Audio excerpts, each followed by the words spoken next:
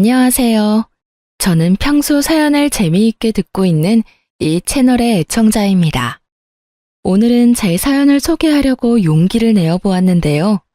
긴 이야기가 되겠지만 다들 들어주시겠어요?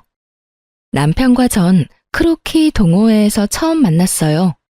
평소 즐겨보던 웹툰의 주된 배경이 크로키 모임이었는데 그 웹툰을 보다 충동적으로 가입하게 된 동호회였죠. 그렇게 충동적으로 가입하게 된 동호회에서 저는 남편을 만났고 그곳에서 저와 남편은 유일하게 동갑내기로 막내였던 터라 이런저런 일을 하다 보니 빠르게 친해졌어요. 그렇게 가까이 지내다 보니 자연스럽게 연인으로 발전했고 결혼까지 하게 되었어요.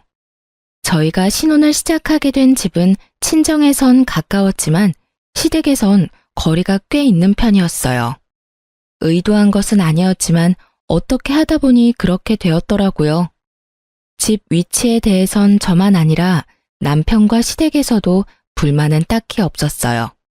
아니, 남편은 오히려 저보다 더 좋아하더군요.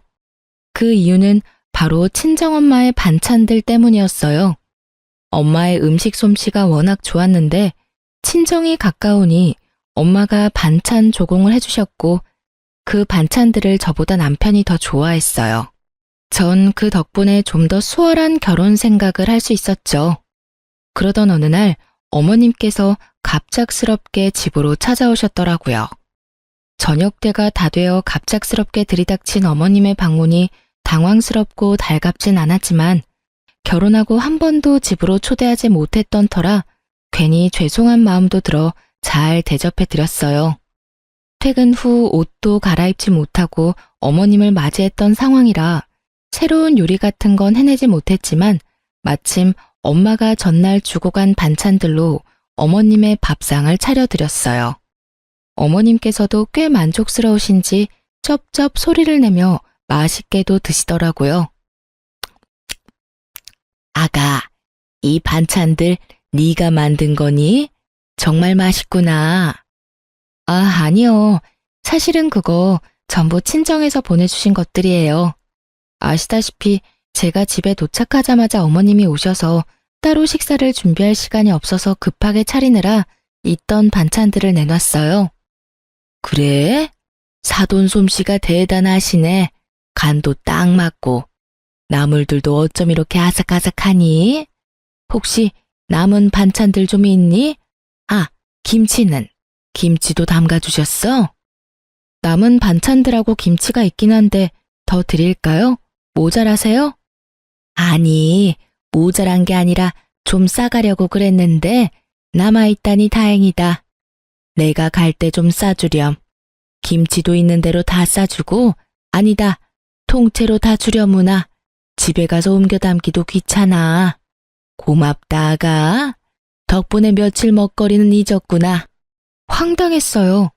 대부분은 시댁이나 친정에서 음식을 얻어오거나 보내주시던데 어머님은 오히려 냉장고 구석에 있는 반찬과 김치까지 싹 다 쓸어 가시니 뭐라 할 말이 없더라고요.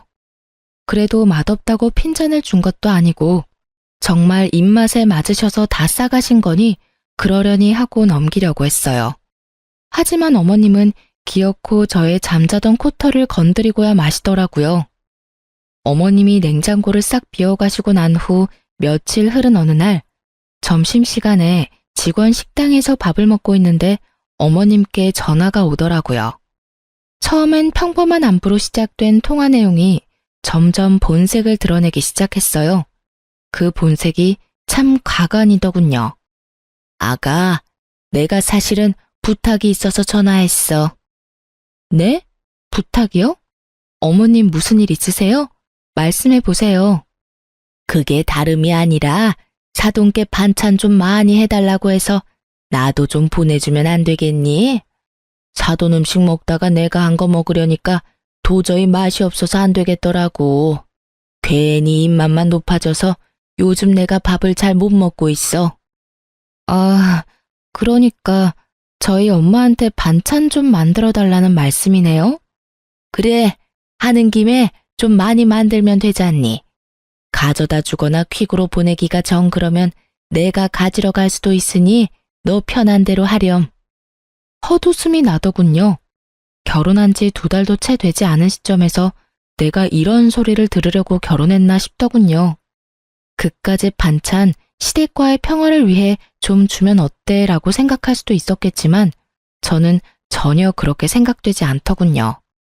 처음엔 반찬으로 시작해 끝은 무엇으로 끝이 날지 누가 알겠어요.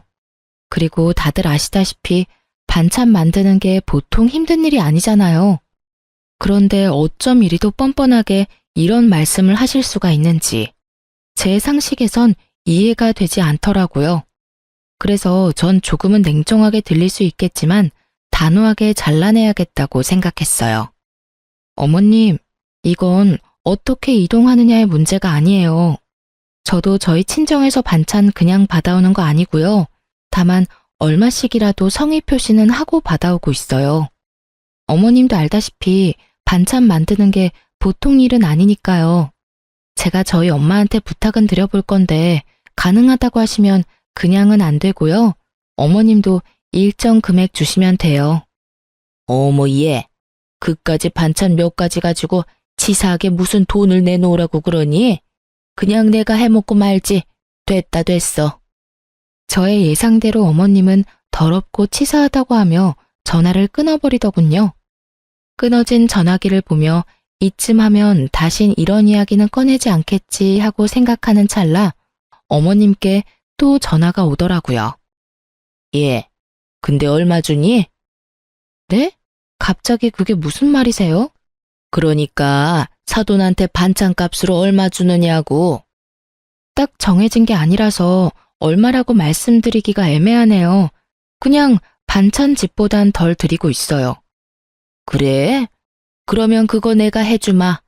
내가 일주일에 한 번씩 반찬 해놓을 테니 가지고 가렴. 난 사돈한테 주는 것보단 조금 덜 받을 테니 어때? 좋은 생각 같지 않니? 괜찮기는 전혀 괜찮지 않았어요.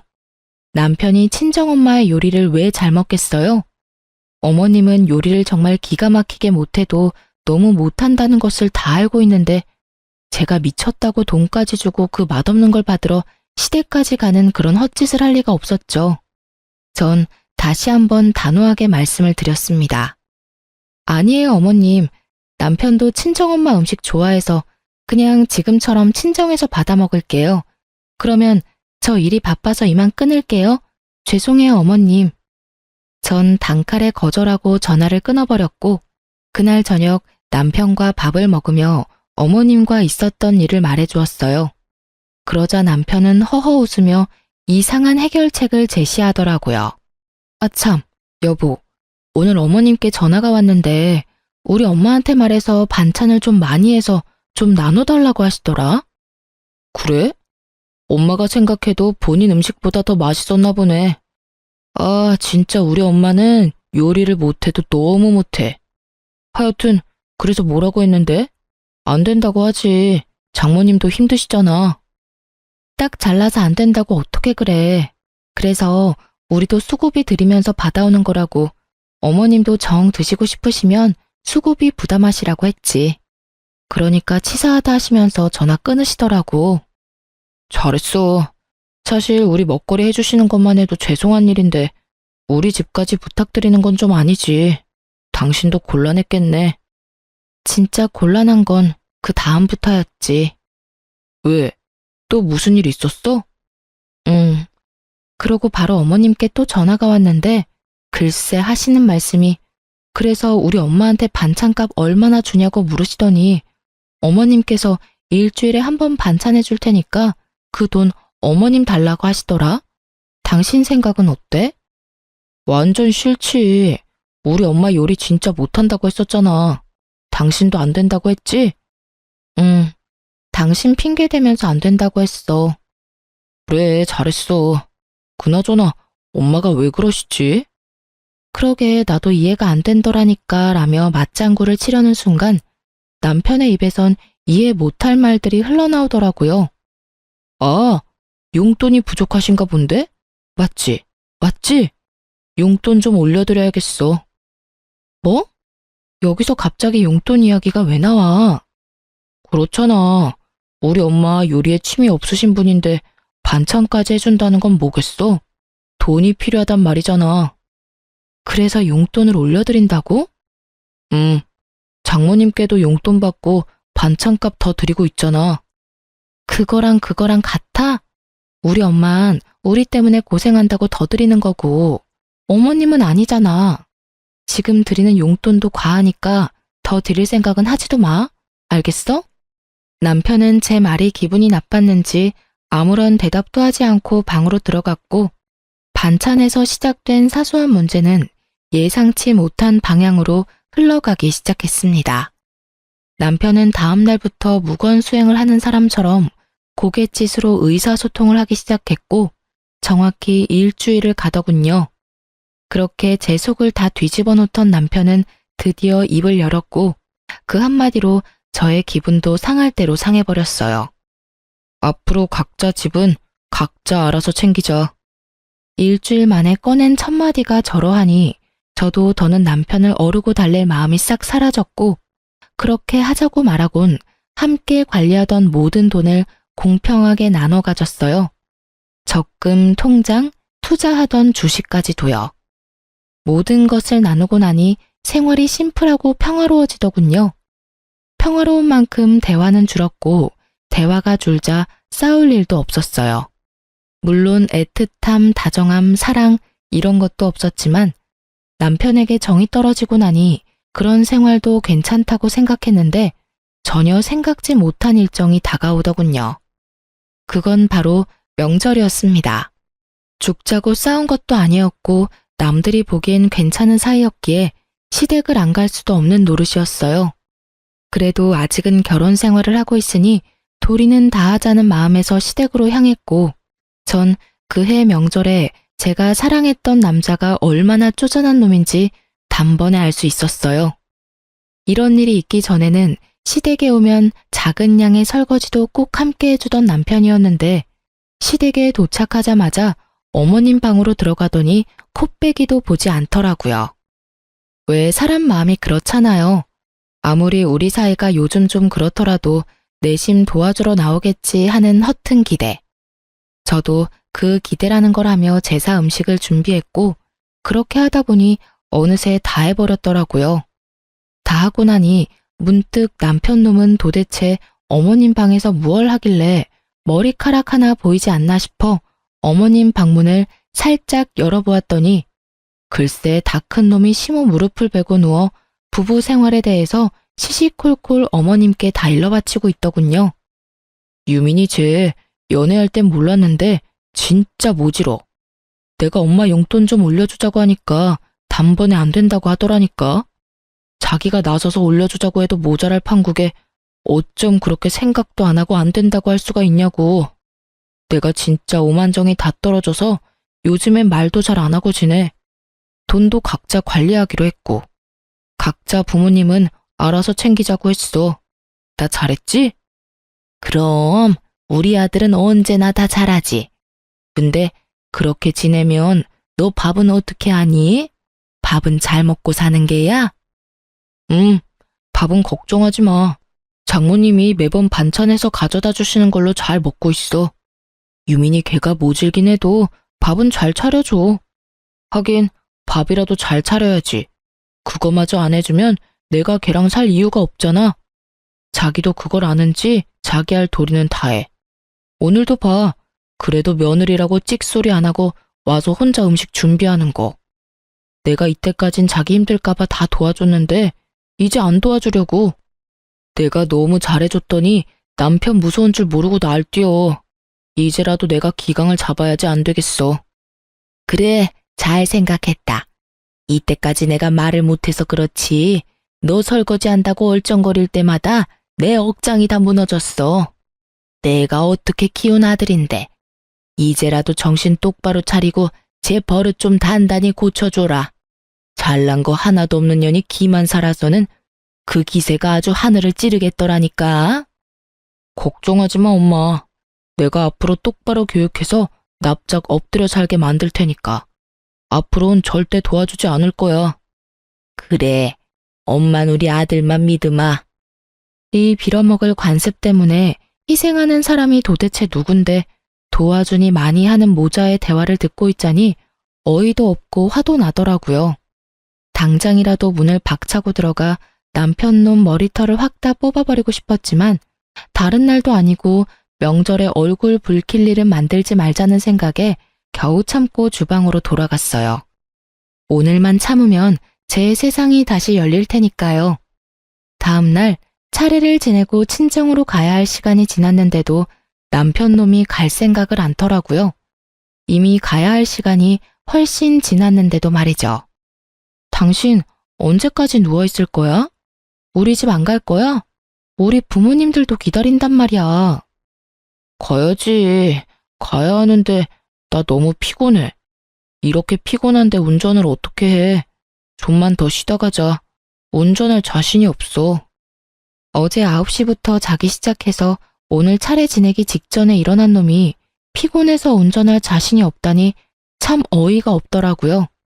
시댁에서 큰 소리를 내봤자 저만 손해라는 생각에 전 끓어오르는 화를 꾹꾹 누르며 다시 한번 남편을 어르고 달랬어요. 그러면 내가 운전할 테니까 차에만 타. 그러면 되잖아. 우리 엄마 아까부터 언제 오냐고 전화한다고. 얼른. 그것도 좀 힘들 것 같은데. 어쩌지? 뭐? 잠시 일어나서 차에 타는 것도 힘들어? 난 좀 자야 할 것 같아. 조금만 더 자고 일어나서 그때 가든가. 피곤한 척 혼신의 연기를 하며 또다시 어머님 방으로 숨는 남편놈을 보며 전 일말의 희망도 사라지는 느낌을 받았어요. 남편에 대한 희망도 기대도 모두 사라지고 나자 더는 도리를 운운할 필요가 없더라고요. 상대방은 도리의 도자도 생각지 않는데 제가 미쳤었다는 생각이 들더군요. 그런 생각이 들자 전 지체하지 않고 제 짐을 챙겨 시댁을 나와버렸어요. 그 길로 혼자 차를 끌고 친정에 가버렸죠. 한껏 열받은 얼굴로 혼자 친정에 들어서는 저를 보며 부모님은 적잖게 놀란 눈치셨지만 애써 모른 척 하시며 저를 챙겨주시더라고요. 그러면서 혹시나 하시었는지 아빠가 한 말씀 하시더군요. 부부끼리 감정이 격해질 수도 있고 그러다 보면 싸울 수도 있는 게야. 그럴 땐 무조건 참지 말고 조금 떨어져 생각하는 것도 방법이 될 수 있어. 그렇다고 이혼하라는 말은 아니란 걸 알고 있지? 이왕 이렇게 된 김에 화도 좀 가라앉히고 쉬다 가라는 뜻이야. 알겠지, 우리 딸? 이혼은 무슨, 그냥 정서방 피곤하다고 해서 혼자 온 거야. 아빠 말처럼 나도 엄마 아빠 품에서 푹 쉬다 가려고. 그래, 그러면 푹 쉬어. 먹고 싶은 거 있으면 네 엄마한테 해달라고 하고. 제 말에 속아 넘어가 주신 아빠는 저에게 푹 쉬라고 하시며 다시 한번 이혼은 신중히 생각하라고 하시더라고요. 사실 그때 당시 이혼을 심각하게 고민하고 있었는데 그렇게 말씀하시니 다시 한번 생각해보자 싶더군요. 남편을 어르고 달래서 잘 살아보자는 것이 아닌 그냥 있는 듯 없는 듯 지금처럼 한 집에서만 사는 동거인 정도로 더 지내보기로요. 아직은 이혼할 순간이 아니라는 생각이 더 강했던 것 같아요. 전 혼자만의 시간을 보내며 친정에서 휴식을 취했고 그 휴식을 취하는 동안 남편에게 전화가 그야말로 미친 듯이 오더군요. 전 단 한 통의 전화도 받지 않았고 그렇게 연휴는 지나가고 있었어요. 남편은 결국 연휴가 끝날 때까지 친정에 오지 않았고 전 남편이 원하는 대로 아주 공평하게 결혼 생활을 해주기로 다짐을 하게 되었죠. 이젠 도리 따위 생각하지 않고 시댁엔 발길조차 하지 않겠다고 말이에요. 그렇게 시간은 흘러 연휴 마지막 날. 전 그대로 친정에 눌러앉고 싶은 충동을 뒤로한 채 늦은 저녁 집으로 돌아갔어요. 현관문을 열고 집으로 들어서니 언제 온 것인지 알 수 없는 남편놈이 집을 아주 엉망진창으로 어질러 놓은 채 소파에 앉아 텔레비전을 보고 있더라고요. 발 디딜 틈도 없는 곳에서 맥주나 마시며 텔레비전 보는 꼴을 보는데 욕하는 것조차 시간 낭비로 느껴지더군요. 전 염치라는 것도 없이 저를 노려보고 있는 남편의 눈빛을 깡그리 무시한 채 방으로 들어와 씻고 그대로 침대에 누워버렸어요. 예상을 벗어난 제 행동에 남편은 적잖게 당황했는지 구시렁거리며 거실을 치우는 소리가 들려오더라고요. 그랬겠죠. 평소 같았으면 잔소리는 했겠지만 다 치워주었을 텐데. 제가 가장 싫어하는 개판인 꼴을 보고도 말 한마디 하지 않고 방으로 들어와 버렸으니까요.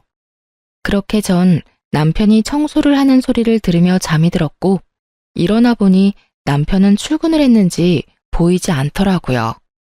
전 차라리 잘 되었다고 생각하며 출근을 했고 퇴근을 하고 돌아오니 집에 어머님이 와 계시더군요. 남편이 비밀번호를 알려준 것인지 남편도 없는 빈집에 어머님 혼자 계시는데 어이가 없어 웃음이 다 나더라고요. 그러면서도 참 부지런도 하시다는 생각이 들었어요. 가까운 거리도 아닌데 이렇게 매번 연락도 없이 득달같이 달려오시니 말이에요. 아무도 없는 빈집에서 무얼 하고 계셨나 싶어 집 안을 둘러보니 반찬을 챙기고 계셨던 모양이었어요. 냉장고 안에 있던 반찬을 있는 대로 다 꺼내 챙겨오신 통에 옮겨 담고 있던 흔적이 식탁 위에 고스란히 남아 있었으니까요. 무슨 못 먹은 귀신이 들러붙은 거지도 아니고 아무도 없는 집에서 하물며 사돈이 해준 반찬을 훔치고 있는 어머님의 행실을 보니 화를 내봤자 뭐 하겠나 싶더라고요. 거기서 미주알고주알 입씨름을 해봤자 똑같은 사람이 될 뿐이고 또 먹는 거로 치사하게 이랬니 저랬니 하고 싶지 않았어요.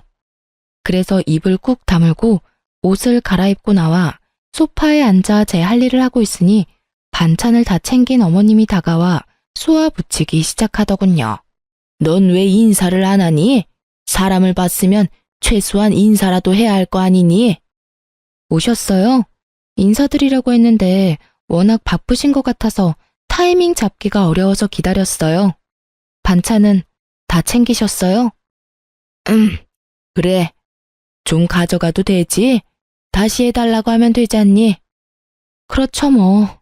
반찬 가지고 가시려고 오셨어요? 이 저녁에 연락도 없이? 저도 감정이 많이 상해 있던 터라 말이 곱게는 나가지 않더라고요. 그런 제 모습이 어머님 마음에 들리 없었고 제법 고상한 척 말을 하던 어머님은 화가 단단히 나셨는지 언성을 높이며 폭언을 뱉어내기 시작했어요. 내가 할 일 없이 반찬이나 가지러 왔겠니? 너 왜 그날 그렇게 가곤 연락 한 통이 없니? 최소한 그렇게 가서 죄송하다는 전화라도 한 통 해야 하는 게 예의 아니니? 어쩌면 애가 그렇게 버릇이 없는지. 어른들이 버젓이 지켜보고 있는데 자기 기분 상했다고 짐 챙겨서 남편도 내팽개치고 가는 꼴이라니. 넌 기본적인 예의라는 것도 못 배웠어?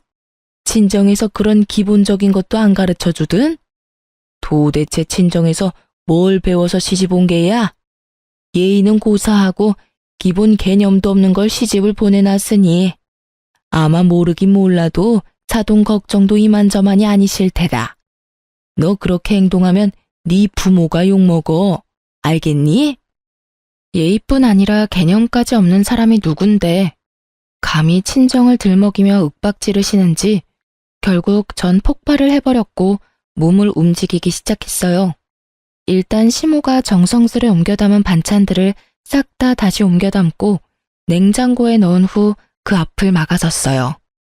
제 모습을 넋놓고 보고 있던 어머님은 저에게 다가가 노발대발하기 시작하더군요. 너 지금 뭐 하는 짓이야? 기껏 옮겨둔 걸 왜 다시 옮기는 게야? 그리고 지금 이 행동은 또 뭐니? 네가 냉장고 앞을 막고 서 있으면 내가 못 가지고 갈 것 같아? 네, 못 가지고 가세요. 방금 친정에서 뭘 배웠냐고 물으셨죠? 전 이렇게 배웠어요. 무례한 인간한텐 쌀 한 톨, 물 한 모금 나눠줄 필요도 없다고요. 뭐야? 그럼 내가 지금 무례하다 이 말이야? 그러면 아니시라고 생각하세요? 아무도 없는 빈집에 연락 한 통 없이 오셔서는 묻지도 않고 반찬 챙기시는 것도 기가 막히는데 친정에서 뭘 배웠냐고요? 그러면 어머님은 친정에서 뭘 배우셨나요? 뭘 배우셨길래 남의 집에 이렇게 쳐들어오셔서 이렇게 무례한 행동을 서슴없이 하시는 거냐고요? 앞으로 저희 엄마가 해주신 귀한 음식 어머님께 나눠드릴 생각은 추호도 없으니까 다신 마음대로 오셔서 가지고 가지 마세요. 한 번만 더 이러시면 아예 반찬 받아오지도 않을 거예요. 물론 그렇게 되면 어머님 아들도 쫄쫄 굶고 살아야겠죠. 참고로 전 회사 생활하면서 주방 일까지 할 생각은 전혀 없거든요. 이 인연이 지금 뚫린 입이라고? 결국 어머님의 입에서 욕이 나오는 순간 짝 하는 마찰음과 함께 저의 뺨에 고통이 느껴졌어요. 화가 날 대로 난 심호가 제 뺨을 날린 거였어요. 뺨에서 선명한 고통이 느껴지며 이 인간 같지 않은 인간이랑 무슨 대화를 하겠다고 이러고 있나 하는 생각이 강하게 들더군요. 성질 같아선 똑같이 한 대 올려붙이고 싶었지만 그래도 차마 어른이라 때릴 순 없었기에 어머님의 팔을 붙잡고 질질 끌어 문 밖으로 쫓아내 버렸어요. 너 지금 뭐 하는 짓이야? 이거 못 놔? 당장 놓으라고. 한 대 맞아드렸으니 다신 찾아올 생각도 하지 마세요. 그렇게 집에서 내쫓긴 심호가 가만두지 않을 거다. 남편에게 다 말해 당장 이혼시켜 버릴 거다. 네가 이러고도 무사할 것 같으냐며 집 밖에서 고래고래 소리를 질렀지만 전 다 무시해버렸어요.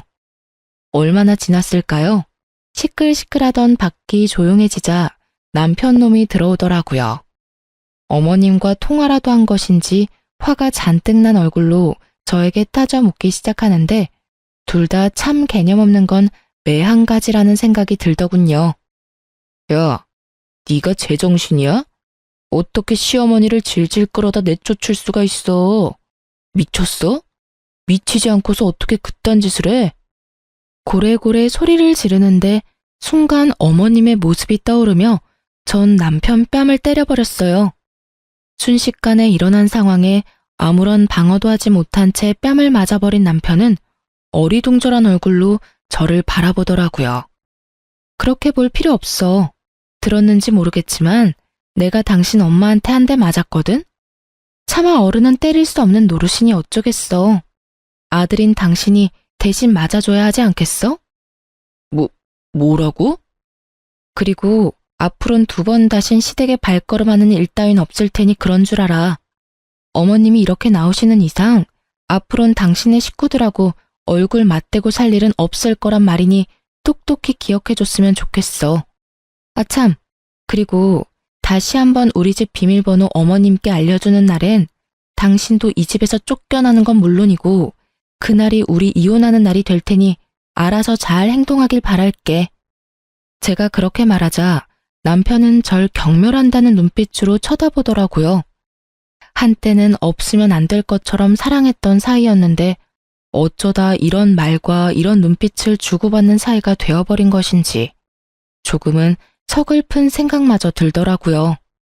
그날 이후 다행스럽게도 어머님은 찾아오시거나 연락하시는 일은 없었지만 남편과의 관계는 되돌릴 수 없는 사이가 되어버렸어요. 한 집에 살며 눈도 마주치지 않았고 함께한 식탁에 앉는 일도 전혀 없었으니까요. 물론 상황이 그렇게 되니 전 친정을, 남편은 시댁을 챙기는 생활이 더욱 당연해졌고 전 오히려 더 좋더라고요. 사실 친정에서 받는 도움이 많은데도 불구하고 친정만 챙기려니 아무래도 남편이나 시댁 눈치가 보였는데 이젠 그런 눈치 따윈 보지 않고 맘 편히 친정을 챙길 수 있게 되었으니까요. 이런 저와는 달리 남편 놈은 불만이 많아 보이더라고요. 자명한 일이었죠.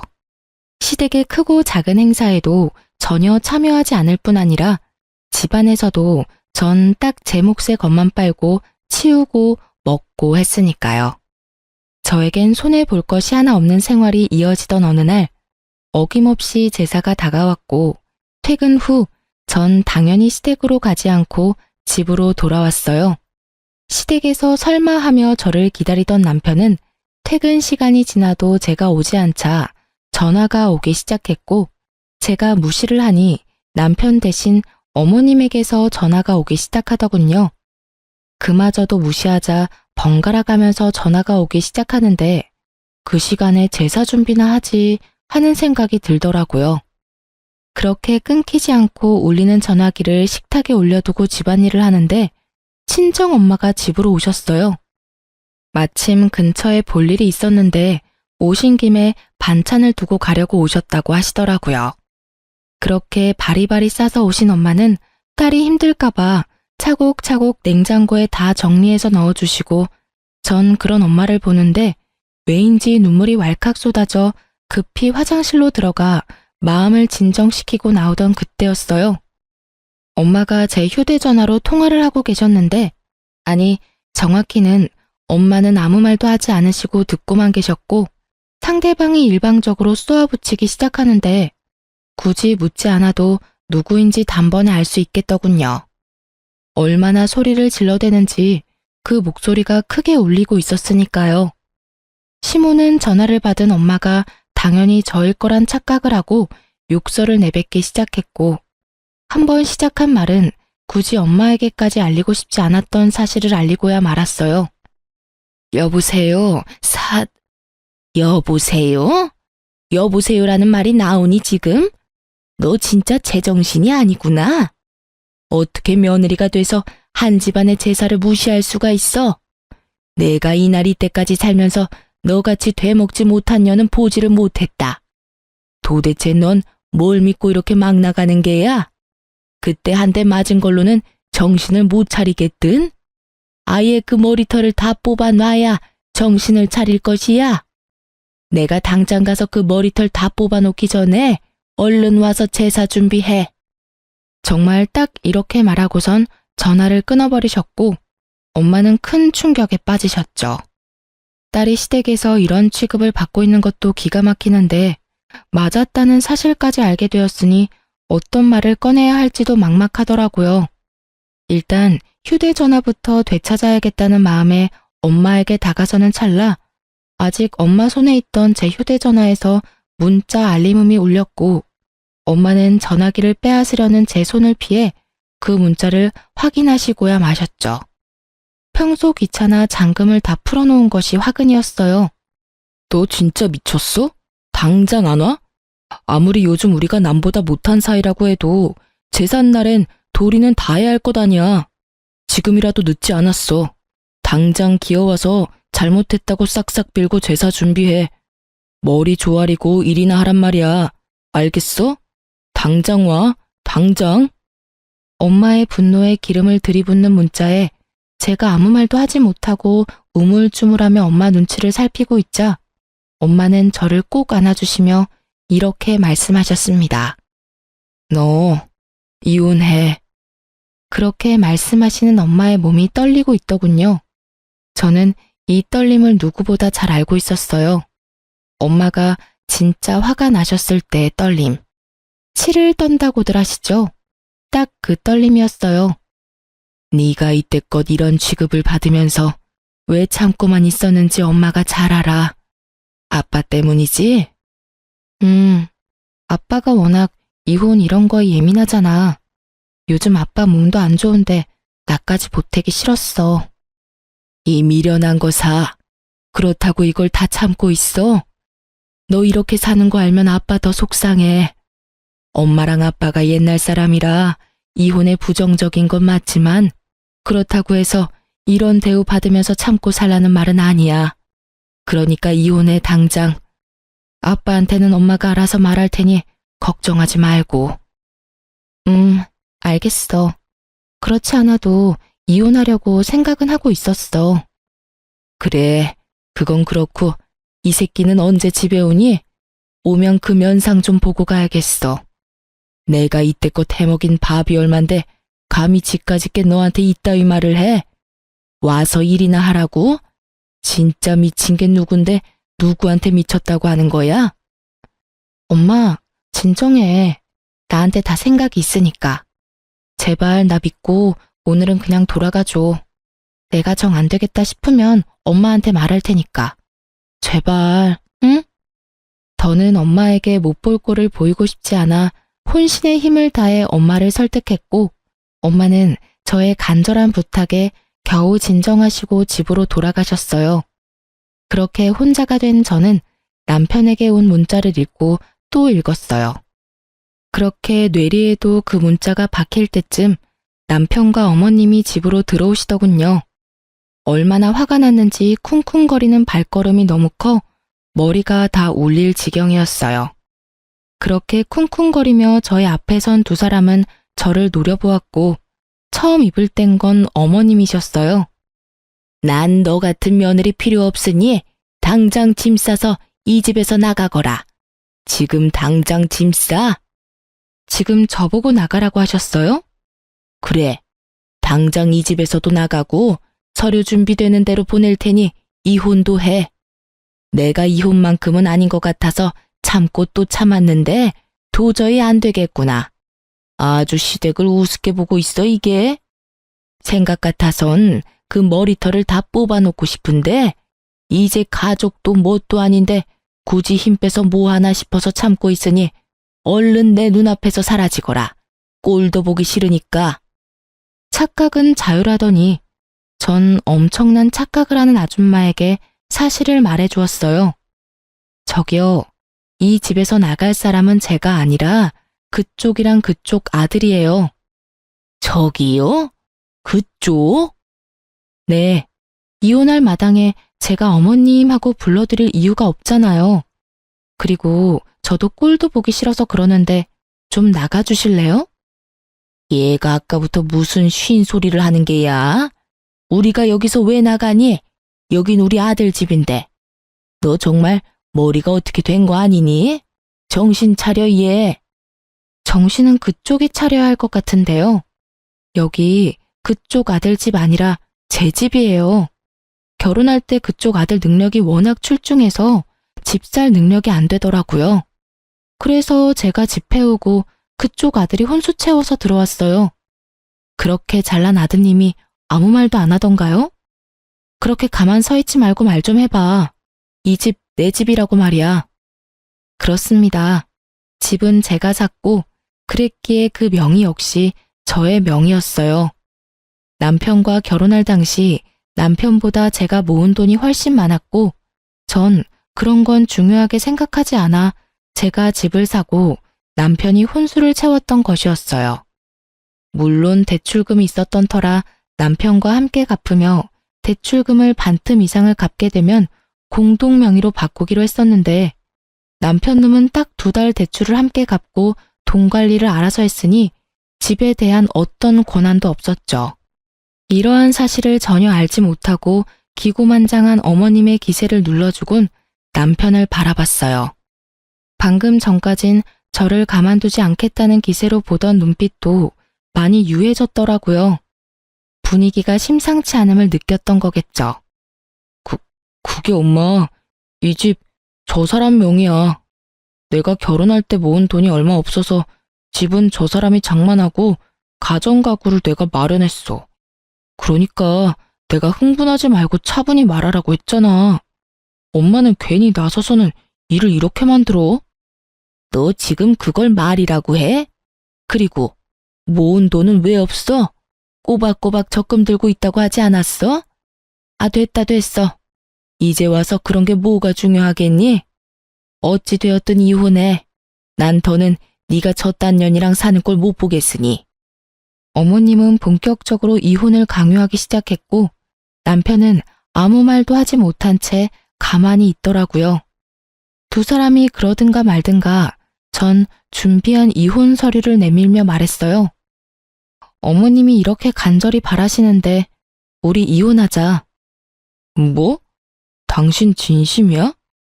뭘 그렇게까지 놀라. 어느 정도 예상했었잖아. 사실 우리가 같이 살기만 했지 부부 아닌 사이가 된 건 꽤 오래됐잖아. 나도 지쳤고 너도 힘들 테고 그냥 우리 이혼하자. 그래, 하자 이혼. 이혼할 테니까 지금 살고 있는 집 처분해서 반틈은 나 줘. 나도 대출금 갚았으니까 그 정도 재산 분할은 해줘야지. 딱 2달 갚은 것이 기억도 나지 않는 것인지 분할을 운운하는 놈을 보고 있자니 웃음이 나더군요.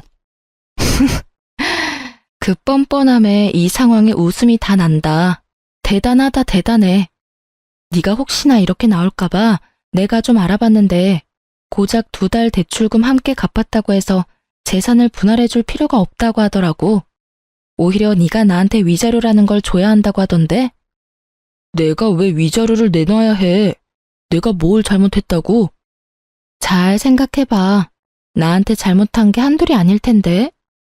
잘 생각해도 내가 잘못한 게 전혀 없는데?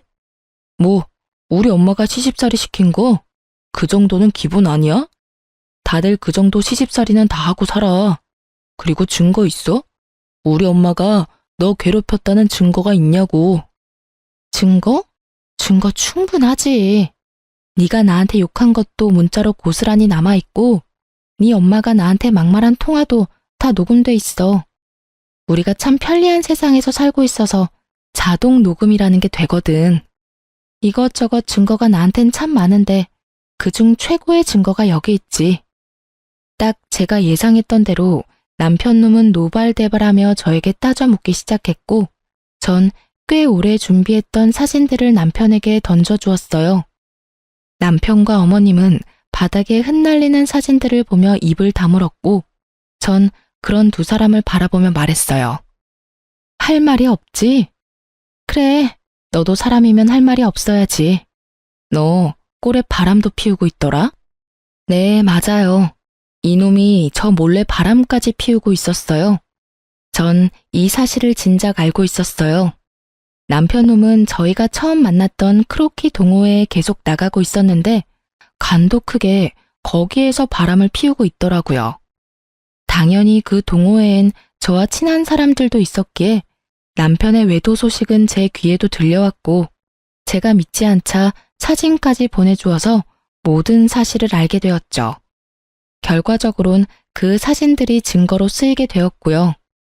처음 그 사실을 안 게 저희가 본격적으로 말을 하지 않고 있을 때였어요. 정말 배신감에 치가 다 떨리더군요. 당장이라도 이혼을 하고 싶었지만 중간에 나왔듯이 부모님께서 받으실 충격이 걱정돼 미련스럽게 참아왔던 것이었어요. 그리고 차이가 이렇게까지 되기 전에는 내가 노력하면 남편이 다시 돌아오지 않을까 하는 기대가 있기도 했고요. 얼마나 헛된 기대였는지 지금 생각하면 제 자신이 참 한심하고 바보 같지만 그땐 그게 최선이라고 생각했어요. 하여튼 친정 엄마까지 이혼을 허락하고 권해주었으니 저에겐 더는 망설일 이유가 없었고 오랫동안 간직했던 이혼 서류를 꺼내게 된 것이었죠. 아무 말도 하지 않고 있던 남편은 머릿속에 계산을 끝낸 듯 무릎을 꿇고 빌기 시작하더군요. 여보, 나 당신이 바라는 대로 이혼할게. 당신이 아무것도 안 줘도 이혼할게. 그리고 위자료도 줄 테니까 상간녀 소송만은 하지 말아줘. 제발 부탁이야. 아, 이 와중에 상간녀 소송할까봐 걱정이 되나 봐? 왜? 그 상간녀가 피해보는 건 싫어? 내 인생은 이따위로 만들어 놓고? 너 진짜 뻔뻔하다. 나한테 그런 부탁이 하고 싶어? 그게 아니라 말 못할 이유가 있어서 그래. 상황 파악이 안 되지? 없는 이유를 만들어서라도 날 설득해도 모자랄 판국에 말 못할 이유를 들먹이며 그런 부탁을 한다고? 너 진짜 내가 우습구나? 이 와중에도 상간녀부터 챙기나 싶어 기가 막히는 그 순간 남편의 입에선 더욱 기가 막히는 말들이 흘러나오더군요. 내가 이렇게 부탁할게. 사실은 이 여자 우리 부장님 와이프야. 우연히 동호회에서 만났는데 서로 하소연하다 보니 이렇게까지 돼버렸어. 당신한테 입이 10개라도 할 말이 없고 내가 다 잘못했어. 내가 이렇게 빌 테니까 제발 상간녀 소송은 안 하면 안 될까? 갑자기 태세를 바꾼다 싶더니 다 이유가 있더군요. 다른 사람도 아닌 직장 상사의 아내라니. 간이 크다 했더니 정말 강 큰 짓은 따로 하고 있었더라고요. 참 기가 막힌다 진짜. 일단 생각 좀 해볼 테니까 짐부터 싸서 나가. 한시라도 너 같은 인간이랑 한 공간에 있고 싶지도 않으니까. 가는 길에 네 옆에 정신 빼고 서 있는 네 엄마도 모시고 가. 저의 단호한 태도에 남편과 어머님은 한 발 물러서 집을 나가주었고 전 다시 혼자가 된 집에서 이혼을 진행했어요. 이유가 어찌되었든 간에 저는 남편 뜻대로 해줄 생각은 전혀 없었어요. 전 이혼과 함께 상간녀 소송도 진행했고, 전 위자료를 두둑히 받고 이혼을 할 수 있었습니다. 이혼 소식과 함께 이혼 사유가 전 남편 회사에 소문나는 것은 시간 문제였어요. 쉬쉬한다고 그런 사실이 어디 숨겨지던가요? 수군거리기 딱 좋은 가십거리는 어떤 말보다 빠르게 퍼져나갔죠. 결혼 전부터 친하게 지내서 언니 동생 사이가 된 전 남편 회사 동료에게 들은 바로는 전 남편은 회사를 그만뒀다고 하더군요. 회사 동료들의 눈초리도 힘들었지만 상간녀 남편의 아낌없는 핀잔에 결국 버티지 못하고 사표를 냈다고요. 아, 당연히 상간녀도 이혼을 당했고 오갈 데가 없어진 상간녀가 전 시댁으로 짐을 싸들고 들어갔다고 하더라고요. 하지만 오래 버티진 못했다고 했어요. 다들 아시다시피 전 시모의 개념 없는 시집살이에 오만 정이 떨어진 상간녀는 전 시모 머리채까지 잡으며 한바탕 해치우고 나갔다는 말을 듣는데 참 통쾌하더라고요. 그렇게 머리채를 잡고 싶어 하더니 결국 새 며느리한테 머리채를 잡혔잖아요. 하여튼 그 여자와 전 남편이 법적 부부가 된 건 아니라 헤어졌다고 이혼을 한 건 아니었지만 전 시모 덕분에 사실상 두 번의 이혼을 경험하게 된 전 남편은 취업이 되자마자 전 시모와 연을 끊고 나갔다고 해요. 그러면서 하는 말이 저를 더 통쾌하게 하더군요. 근데 언니도 알지? 이 바닥 좁은 거. 거기에다 부장님이 눈에 불을 켜고 지켜보고 있는데 새로운 회사 간다고 한들 오래 버틸 수나 있겠어? 이미 소문 쫙 나서 오래 버티긴 힘들 거야. 아마 제대로 된 직장 생활 하려면 아예 업종을 바꿔야 할 텐데 그게 쉽진 않을 거야. 그렇게 언니 맘고생 시키더니 벌 받은 거지 뭐. 이 소식을 마지막으로 전 남편의 소식은 더는 들을 수 없었어요. 저도 더는 전 남편 소식을 전하지 않아도 된다고 하기도 했고 그 동생도 더는 전 남편의 소식이 들리지 않는다고 하더라고요. 그렇게 1년 조금 넘은 결혼 생활이 끝이 났네요. 전 여전히 회사 생활을 잘하며 잘 지내고 있어요. 결혼 생활이 짧았던 것에 비해 워낙 끔찍했던 터라 이제 제 인생에 남자는 없다고 생각했었는데 시간이 흐르니 그 생각도 달라지더라고요. 현재 전 1년 넘게 만난 남자친구가 있어요. 지금 만나는 남자친구는 직장 동료인데요. 저의 이혼 사실을 알고도 저를 오래 기다려준 덕분에 만남을 시작하게 되었어요. 결혼을 전제로 진지하게 만남을 가지고 있긴 하지만 이 만남이 정말 결혼으로 이어질지 연애에서 끝이 날지는 아무도 모르는 일이겠죠? 결과가 어떻게 되든 전 앞으로 어떠한 이유가 있더라도 참으면 안 될 일에 참고 살진 않기로 결정했고 저를 좀 더 사랑해주며 살아가려고요. 제 인생에서 가장 중요한 것은 저이니까요. 이로써 저의 사연은 끝이 났네요. 저의 긴 사연 들어주셔서 감사합니다.